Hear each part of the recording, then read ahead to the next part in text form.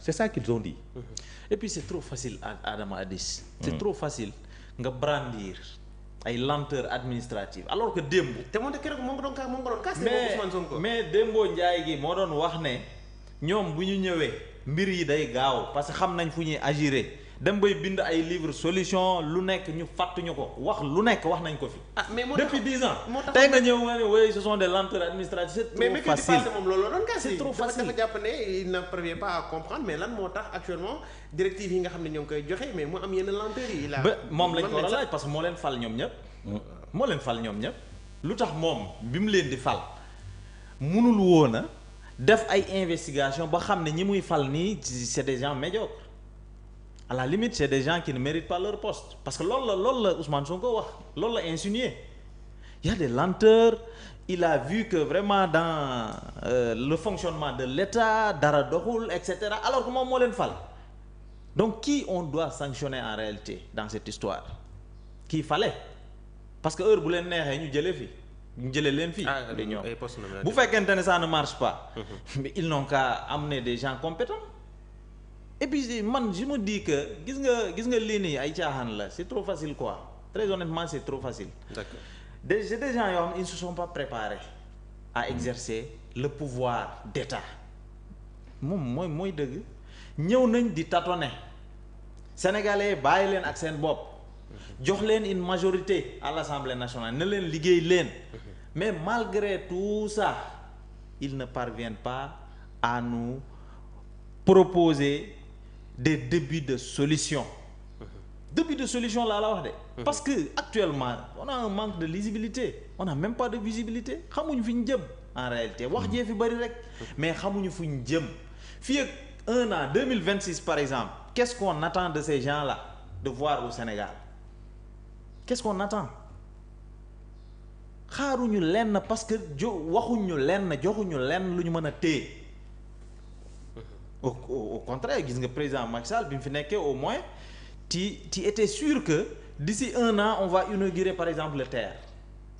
après nga tappee lan mooy TER nga dugg ci pays européen gis luy TER gis utilité bi. ci budget ci dépense gis naa ni jox nañ 5 milliards waa TER bi je sais pas ndax bàyyi ngeen ci xelu. mais loolu entretien la ba tey mooy entretien bi la doon kii doon wax. 5 milliards entretien la buñ ko entretenirul day gën a yàqu. loo tax ma ne ñu ne leen bi ñuy tabaxee mbir yi ba pare.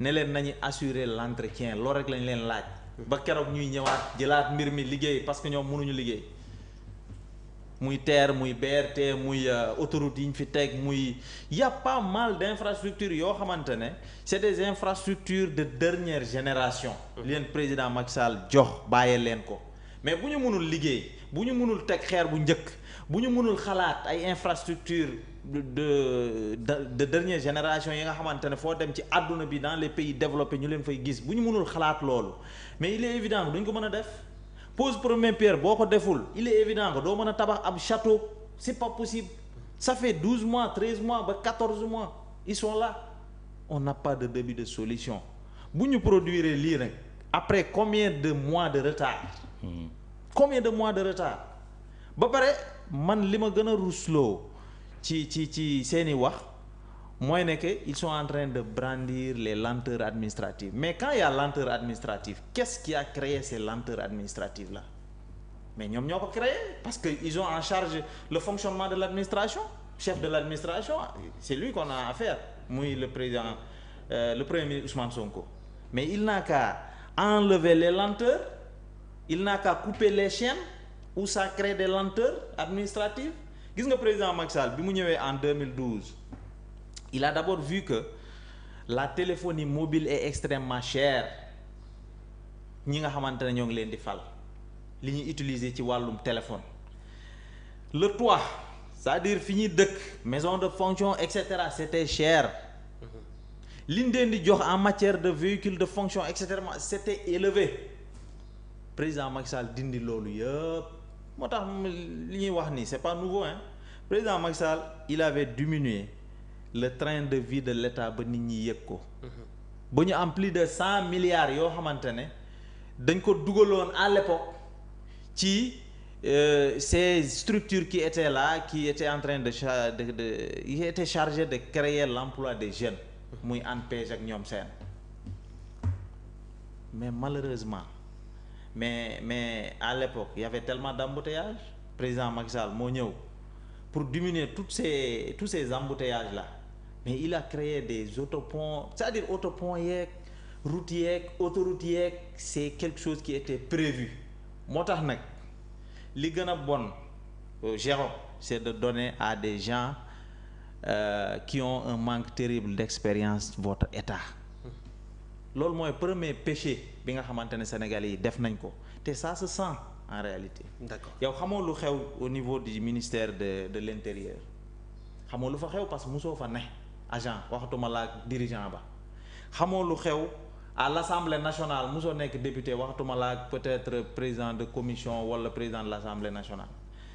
mosoo dem infrastructure, xamoo exactement ce qui se fait, la gestion au quotidien.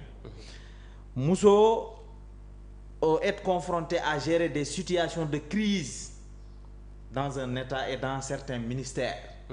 nga xëy rek ñu jox la état bi ñu ne yow yaay président de la république.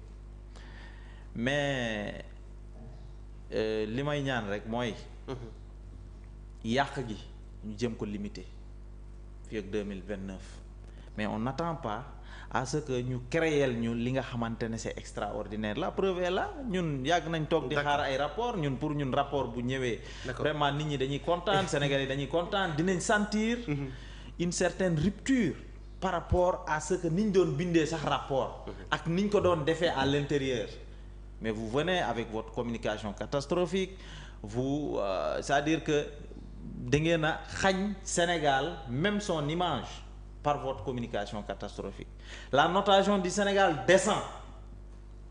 foo dem mënuñ laa lebal au-delà de 2029 parce que wóoluwuñu, non seulement wóoluwuñ la mais wóoluwuñu Sénégalais fii ak 2029 ndax di ngeen fii des. C'est vrai.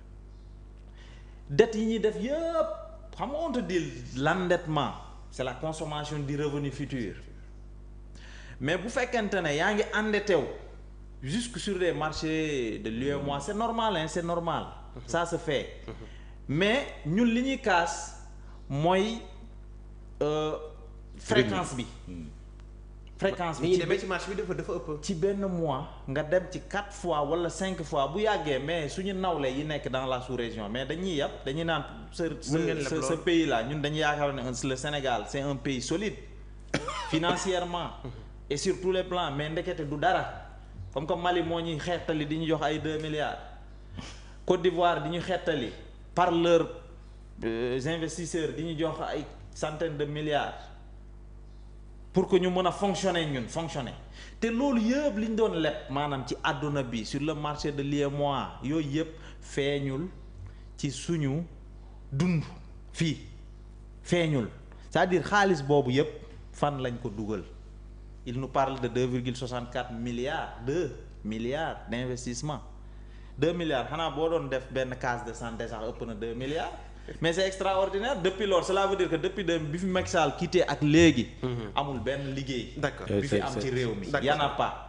y a que le paiement des salaires, y a que le fonctionnement. maanaam li jëm ci ñoom. c'est-à-dire quand on parle aujourd'hui de 165 véhicules, encore que dina ko ëpp parce que y a des présidents de commission, y a des gens membres de la commission yoo xamante ne dinañu am duñu am benn oto yam ci.